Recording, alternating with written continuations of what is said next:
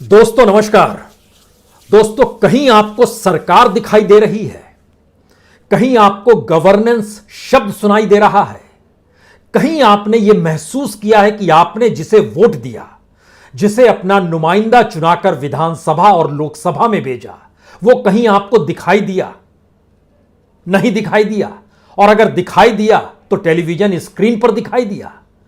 तो ऐसे में जो बिल्कुल दिखाई नहीं दे रहे हैं, जिसके बारे में आपके पास कोई जानकारी नहीं है, आज उनकी बात कर लेते हैं। क्योंकि दिल्ली और एनसीआर के इलाके में काम करने वाले तकरीबन 1.25 करोड़ दिहाड़ी मजदूरों के बारे में आपने कुछ भी सुना है? उनकी कैसी स्थिति है, कहां रह रहे हैं, 2 जून की रोटी मुहैया कैसे हो पा रही है? दिल्ली छोड़िए, मुंबई, हैदराबाद, पुणे, नासिक, बेंगलोर, नागपुर, सूरत, इन महानगरों के भीतर काम करने वाले 2 करोड़ से ज्यादा दिहाड़ी मजदूरों के बारे में आपके पास कोई भी जानकारी है? आपने यह सोचने की कोशिश भी की है कि देश की राजधानी दिल्ली के भीतर सिर्फ 2 जून की रोटी के लिए सड़कों पर भागते दौड़ते हुए लोग नजर आ जाएं? दिहाड़ी मजदूर भिखमंगे के तौर पर आपको शहरों के भीतर किस तरीके से पड़ा मिले, यह आपने कल्पना भी की है? जबकि इस देश के प्रधानमंत्री ने ऐलान किया, मुफ्त में 5 किलो अनाज बांटा जा रहा है 2 महीने के लिए। इसी दौर में दिल्ली के मुख्यमंत्री केजरीवाल ने कहा, राशन घर घर पहुंचा रहे हैं। यह वही दिल्ली है जिसका इतिहास बताता है यह 7 बार उजड़ी है। नादिर शाह ने बड़ी बेरहमी से इसे लूटा था, लेकिन अब तो ना लूटने का जिक्र है, ना ही उजड़ने का जिक्र है। अब तो जिक्र दिल्ली के भीतर की उस बेबसी का है, उस भूख का है, जिसका एक नजारा आपको देखना चाहिए। एक तरफ सेंट्रल विस्टा प्रोजेक्ट बन रहा है, उसी सड़क के दूसरी तरफ भैरव मंदिर और पुराने किले का इलाका है। इस सड़क पर भागते दौड़ते हुए चंद फरलांग की दूरी पर जाइएगा तो एक तरफ सुप्रीम कोर्ट आएगा, दूसरी तरफ हाई कोर्ट आएगा। लेकिन सबकी आंखों पर वाकई पट्टी बंधी हुई है। इस नजारे को देखिए, क्योंकि सुनाई दे गया, दूर कहीं एक भोजन से लदी हुई ट्रॉली आई है जो भोजन दे देगी। भिखारियों की लंबी लाइन लगा करती थी भैरव मंदिर, जो प्राचीन मंदिर है, उसके बाहर भक्तों का तांता लगता था, वह भी कुछ दे दिया करते थे। लेकिन आज की तारीख में तो मंदिर भी बंद है। इस दिल्ली के भीतर में दिहाड़ी मजदूर भी भिखमंगे के तौर पर जिंदगी जीने को मजबूर हो चला है क्या शब्द भी हटा देते हैं। लेकिन पहले इस तस्वीर को देख लीजिए। यह दिल्ली है, दिल्ली का हृदय है, दिल्ली के बीचों बीच की सड़क है। गाड़ी वालों को ले लेना खड़ी करके यहीं पे।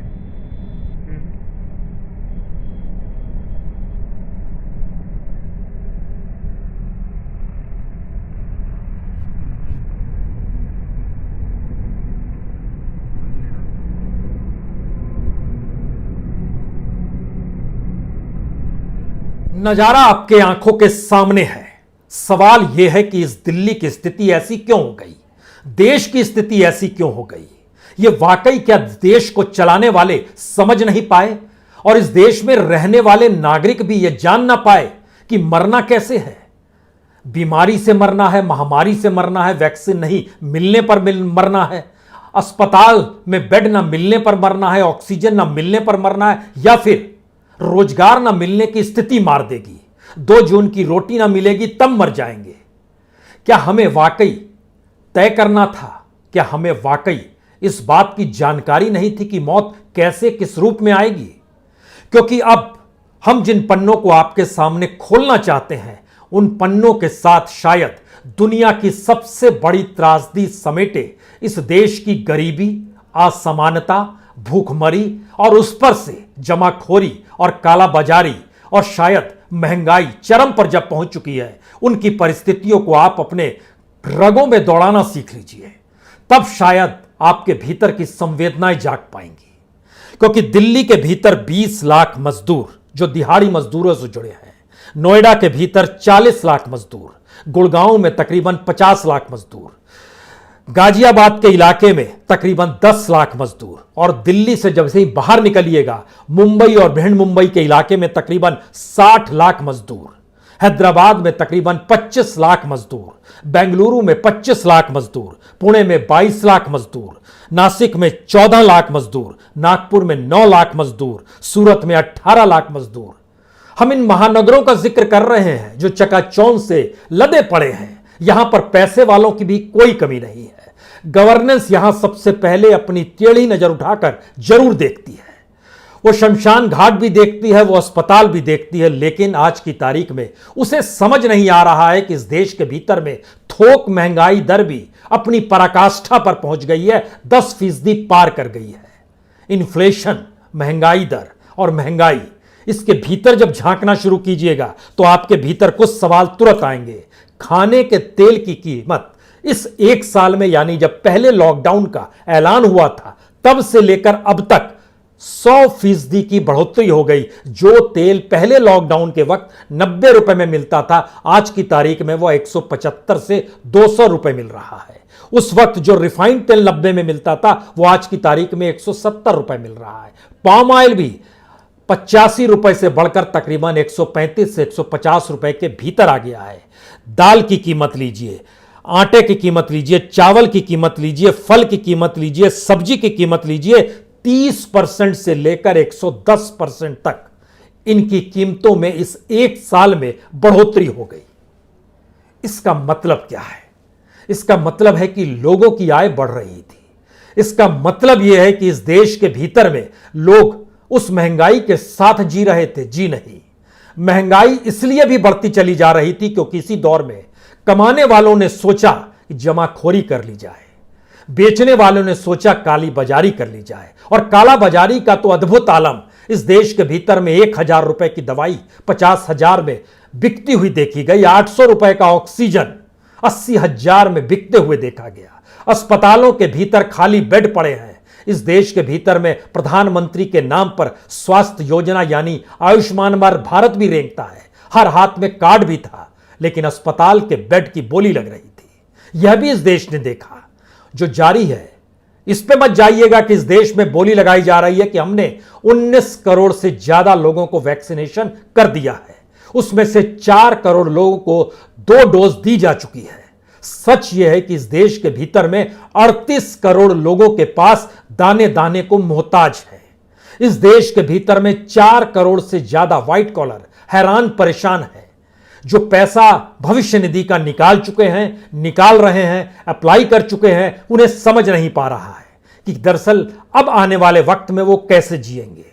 एमएसएमई और खास तौर से स्टार्टअप, इन दोनों को सोच के याद कीजिए 2018-19 में चले जाइए और सोचना शुरू कीजिए ये वाकई 2 योजनाओं को लेकर क्या क्या ख्वाब संजोए गए थे, क्या क्या सोचा गया था। लेकिन क्या आप जानना चाहते हैं इस देश के भीतर में जो एमएसएमई थे, उनको लिए जो 3000 करोड़ की व्यवस्था सरकार की तरफ से की गई शुरुआती दौर में, और उसका पूरा आंकड़ा सौंपा गया कि हम लगभग 20,000 करोड़ तक इनको दे देंगे, और जो 20 लाख करोड़ का जो पैकेज था, उस पैकेज की परिस्थितियां क्या रही? सच यह है कि उस 20 लाख करोड़ में से 3 लाख करोड़ से आगे सरकार पैसा दे नहीं पाई, और सब कहां से कहां चला गया यह कोई नहीं जानता है। राज्यों को भी जो मदद मिली वह भी उस हथेली में 1-2 दाने की तरह थी। सवाल यह कि महंगाई चरम पर चलती चली जा रही है, लोगों की आय कम होते होते नहीं होने की स्थिति में आ रही है, और इसी दौर में 2 सवाल हर सरकार के सामने, जिंदगी बचाएं और जिंदगी बचाने में भी फिर 2 रास्ते, लॉकडाउन करके बचाएं या फिर लॉकडाउन खोलकर पैसा कमाने की परिस्थितियों के साथ महामारी में उन्हें ढकेल दे। गजब की स्थिति है और गजब का विजन है। वो जमीन पर विनाश नहीं देखते हैं, वो जमीन पर पैदा हुए विनाश की जगह प्राकृतिक आपदा के लिए आसमान की उड़ान जरूर भरते हैं। जहां जहां विपदा आ जाए प्राकृतिक आपदा के साथ, उसके लिए आज से नहीं, प्लानिंग कमीशन के दौर से आपदा नियंत्रण बोर्ड एक बनाया गया, जिसका काम है कि इस देश के गृह मंत्री और प्रधानमंत्री देखें समझे। उसे वो बाखूबी देख समझ रहे हैं क्योंकि वह उनका संवैधानिक काम है।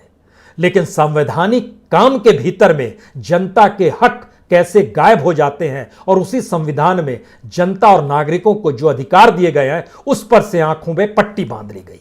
यह सोचा ही नहीं गया कि जीने का अधिकार इस देश के नागरिकों को भी है, क्योंकि जब हमने टटोलना शुरू किया तकरीबन दिल्ली एनसीआर के इलाके में 1.25 करोड़ जो दिहाड़ी मजदूर थे और उनके साथ तकरीबन अनऑर्गेनाइज सेक्टर से जुड़े हुए ऐसे लोग जिनको इस दौर में 20% काम कहीं कहीं मिल रहा था और आय जो थी वह घटते घटते 15% पे आ गई, यानी 100 रुपए कल तक मिलते थे, आज 15 रुपए मिल पा रहे हैं, लेकिन इसी बीच में 100% महंगाई बढ़ गई।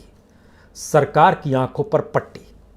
पेट्रोल और डीजल का जिक्र तो बार बार हो रहा है और फिर से कर दें अगर, तो सिर्फ मई के महीने में 14 बार कीमतें बढ़ी हैं, कभी 20 पैसा, कभी 15 पैसा, कभी 10 पैसा, और वो 100 के आंकड़े को अगर प्रति लीटर छूने लगा है तो उस पेट्रोल डीजल को कोई खाने के लिए नहीं बढ़ा रहा है, बल्कि उस पेट्रोल डीजल से वाहन चलते हैं। वाहन की कीमत उस दौर में सफर करने के दौरान बढ़ जाती है, माल ढुलाई बढ़ जाती है, और स्थिति यह आ गई कि जैसे पेट्रोल डीजल की कीमतें बढ़ी, वैसे ही यहां से छोड़कर जो उत्तर प्रदेश के इलाके में मजदूर जाना चाहते थे, जो बिहार तक जाना चाहते थे, अगर वो बस में सवार थे, अगर वो गाड़ियों में सवार थे, टैंकर में सवार थे, उनसे भी कीमत यह कहकर ज्यादा वसूली जा रही है कि दरअसल पेट्रोल डीजल की कीमत बढ़ गई है। यानी जिंदगी जीने के लिए गांव छोड़कर शहर पहुंचे तकरीबन 9 करोड़ लोग इस देश के भीतर में प्रवासी मजदूर ऐसे थे जो पहले राउंड के बाद वापस आए थे। जी, उन 9 करोड़ में से हमने सिर्फ महानगरों के 2 करोड़ मजदूरों का जिक्र किया जिनके पास काम नहीं है, राशन भी नहीं है। उनके बारे में कोई नीति, कोई पॉलिसी, किसी रूप में कुछ भी है क्या सरकार के पास? यह सरकार है ही नहीं, वो लापता है, वो गायब है। क्योंकि जब इसके भीतर आप झांक कर देखना शुरू कीजिएगा तब आपके सामने असल सवाल यह आएगा कि सरकार कर क्या रही है। सरकार आरबीआई से अगर 99,000 करोड़ रुपए उसको फायदे होते हैं तो इस देश के भीतर में जो पब्लिक सेक्टर को भी बेच रही है, उससे भी सरकार को जो डिविडेंड मिल रहा है वह भी 1 लाख करोड़ से ज्यादा का है। मसलन इंडियन ऑयल से उसको तकरीबन 21,000 करोड़ रुपए मिल जाते हैं। सिर्फ एसबीआई से 20,000 करोड़ रुपए का डिविडेंड आता है। एचपीसीएल से 10,000 करोड़ से ज्यादा का उसके पास डिविडेंड आ जाता है। जीएसटी की कमाई देखिए, 1,41,000 करोड़ रुपए। इस दौर में जीएसटी भी खत्म नहीं किया गया, सरकार टैक्स वसूलती रही। सरकार कीमतों को किसी ना किसी रूप में कम करने की दूर की गोटी, वह चाहती रही कि पैसा उसके पास आता चला जाए, जबकि तमाम अर्थशास्त्री इस दौर में कहते चले गए कि जनाब जनता और जो भूखमरी की शिकार है उसको आप उसके खाते, जब आपने उनके जनधन खाते खुला दिए हैं, अब आप डायरेक्ट बैंक ट्रांसफर की स्थिति में है, तो उनके खातों में सीधा पैसा आप क्यों नहीं डालते हैं? आपने बैंक बना रखे हैं, आपने नोट छापने की मशीन बना रखी है, आपने आरबीआई बना रखा है, इन्फ्लेशन रोक नहीं पाते हैं, जमाखोरी और कालाबाजारी पे आप नकेल कस नहीं पाते हैं। इन स्थितियों के बीच में आप उन तक क्या पहुंचा पा रहे हैं? दिहाड़ी मजदूर के पास काम नहीं, राशन नहीं, वो क्या करेगा? वो वैक्सीन लेने की लाइन में खड़ा होगा तो हो सकता है उसकी स्थिति इतनी विकट हो जाए कि वो लाइन में खड़े खड़े उसकी मौत भी हो जाए। ये हो रहा है। सवाल ये नहीं है कि वैक्सीन का शोर है, सवाल ये नहीं है, महामारी का त्रासदी भारत के भीतर में एक विकराल रूप ले चुका है और वाकई किसी को समझ नहीं पा रहे हैं कि किस रूप में इस पर नकेल कसी जाए, क्योंकि आपने वैक्सीन को जिस रूप में दुनिया भर में बांटा, अपना नाम दुनिया भर में फैलाया, शानदार काम किया, लेकिन उसके ठीक समानांतर दुनिया के हर देश के भीतर में जो दिहाड़ी मजदूर थे, जिनकी दुकानें बंद कर देनी पड़ी लॉकडाउन के वक्त, जिनको रोजगार खत्म कर दिया गया, उनको सरकार की तरफ से पैकेज दिया गया, पैसा दिया गया। आप दुनिया के किसी भी देश में चले जाइए, वहां पर किसी ना किसी रूप में बेरोजगारी भत्ता के बाद की यह परिस्थिति थी। होटल चलाने वाला हो, होटल में काम करने वाला व्यक्ति हो, वो नाई की दुकान खोला हुआ हो, या फिर वह जूतों को सिलता हो, या फिर वो छिटपुट तौर पर दिहाड़ी मजदूरी करता हो, चाहे वो ईंट बनाता हो, चाहे वो कंस्ट्रक्शन वर्कर क्यों ना हो, चाहे वो किसी भी तरीके के उत्पादन से क्यों ना जुड़ा हो, अगर उसके पास काम नहीं है, सरकार ने उसको राहत दी। लेकिन मौजूदा वक्त में सरकार ने सिर्फ अपनी राहत के ही समाधान खोजे हैं। तो इसका मतलब है इस देश को चलाने के लिए जनता एक राजनीतिक दल को चुनती है, और वो राजनीतिक दल उस सेवा भाव से ही सामने आता है जहां पर उसकी सेवा उसके लिए जनता के तौर पर इस रूप में नजर आए जैसे वो एहसान कर रहा है। उसकी अपनी पूंजी कुछ भी नहीं होती है। शायद इसीलिए जब इस देश के भीतर में तकरीबन 14 करोड़ प्रवासी मजदूर जो पहली फेज में निकले थे बाहर, याद कीजिए 2020 और चले जाइए अप्रैल मई के महीने में, उस पीरियड में इस देश के 14 करोड़ लोग जिलों से निकले, शहरों से निकले, राज्यों से निकले, अपने अपने गांव लौटे। उसमें से बीते जब पहली लहर थमती है तो लगभग 3.5 महीने के भीतर में 9 करोड़ प्रवासी मजदूर वापस आते हैं। महानगरों में ये तकरीबन 3 करोड़ मजदूर काम करते हैं। महानगर का हम सिर्फ मेट्रोपॉलिटन शहर का जिक्र कर रहे हैं। इन 3.25 करोड़, जिसमें से 1.25 करोड़ दिल्ली एनसीआर के इलाके में और बाकी जो 8 शहरों का हमने नाम लिया वहां पर 2 करोड़ से ज्यादा दिहाड़ी मजदूर, अनऑर्गेनाइज्ड सेक्टर से जुड़े हैं मजदूर। इसके अलावे देश के अलग अलग हिस्सों में, उसमें लखनऊ भी आएगा, उसमें भोपाल भी आएगा, उसमें हो सकता है कोलकाता शहर भी आ जाए, उसमें आप रायपुर को भी ले लीजिए, उसमें आप भिलाई को भी ले लीजिए, उसमें आप रांची को भी ले लीजिए। इन तमाम जगहों की परिस्थिति ऐसी होती चली गई कि यहां पर राशन भी दिया जाना है, यह बात फाख्ता हर सरकार के जहन से उड़ती चली गई। और इन 9 करोड़ लोगों के सामने एक ऐसा संकट इस देश के भीतर में है। वो जान रहे हैं कि सरकार तो हैरान परेशान होकर इसी बात को लगातार ढोल पीट रही है कि इस महामारी से बचना है, इसको किसी भी हालत में काउंटर करना है, लेकिन भूख, महंगाई, पैसा ना होना, इन परिस्थितियों ने कैसे लोगों की जिंदगी को एक ऐसी परिस्थिति में ढकेल दिया है जहां वो जिए तो कैसे जिए, इस सवाल का जवाब किसी के पास नहीं है। आखिरी सवाल, जब ऐसी परिस्थिति के बीच अगर सरकार ही नहीं है, अगर गवर्नेंस गायब है, या फिर गवर्नेंस और सरकार के जरिए अपने होने का एहसास कराने की होड़ लगी हो, चाहे वो मुख्यमंत्री किसी भी राज्य का हो, चाहे इस देश के प्रधानमंत्री हो, अगर वो अपनी बातों को सिर्फ अपने होने के एहसास के लिए कहते हैं तो इसका मतलब बहुत साफ है, इस देश के भीतर में एक ऐसी अंधेरगर्दी की परिस्थिति आ गई है जहां पर इस देश को संविधान देखने और दिखाने की जरूरत है। अगला सवाल आपका तुरंत होगा, ऐसे में हाईकोर्ट और सुप्रीम कोर्ट की भूमिका क्या होनी चाहिए? क्या वाकई सुप्रीम कोर्ट सुओ मोटो लेकर कालाबाजारी और जमाखोरी करने वालों के खिलाफ तुरंत कार्रवाई करने की स्थिति में है, सत्ता को निर्देश देने की स्थिति में है, या फिर एक ऐसी स्थिति आ गई है कि सत्ता और सत्ता के साथ जुड़े हुए लोग भी अपनी जिंदगी को चलाने के लिए इन्हीं परिस्थितियों को पाल पोस तो नहीं रहे हैं? यह भी एक सवाल है। अगला सवाल होगा, जब संवैधानिक संस्थान खामोश हैं, जब सत्ता गायब है, जब सरकार लापता है और ये सारी परिस्थितियां एक ऐसी स्थिति को बता रही है कि सिर्फ एक डंका पीटा जाता है कि हम दुनिया के सबसे बड़े लोकतांत्रिक देश हैं और यहां पर हर किसी को कहने का अधिकार, सवाल पूछने का अधिकार तो है, तो यहां पर तो डेमोक्रेसी है। तो क्या डेमोक्रेसी की रोटी आपने खाई है?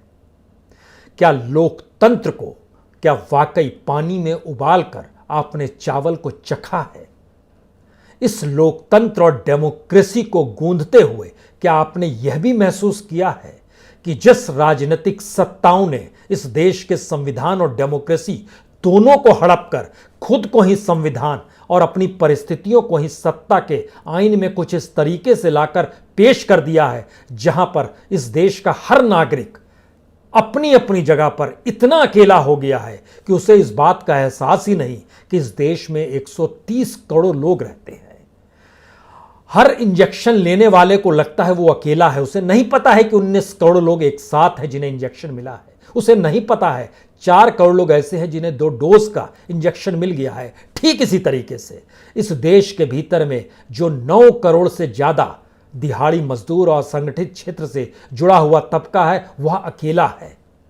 दिल्ली जैसी जगह में भागते दौड़ते भूख से तड़पते लोग अकेले हैं और शायद इसी का वृहद चेहरा यह है, इस देश का मुख्यमंत्री भी अकेला है और इस देश का प्रधानमंत्री भी अकेला है।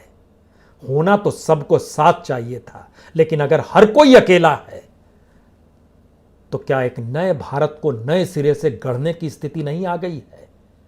यह उजड़ेगा नहीं, इसे लूटेगा भी कोई नहीं। लेकिन बेबसी की ऐसी अंधेरी परिस्थिति कभी नहीं थी जो इस वक्त है।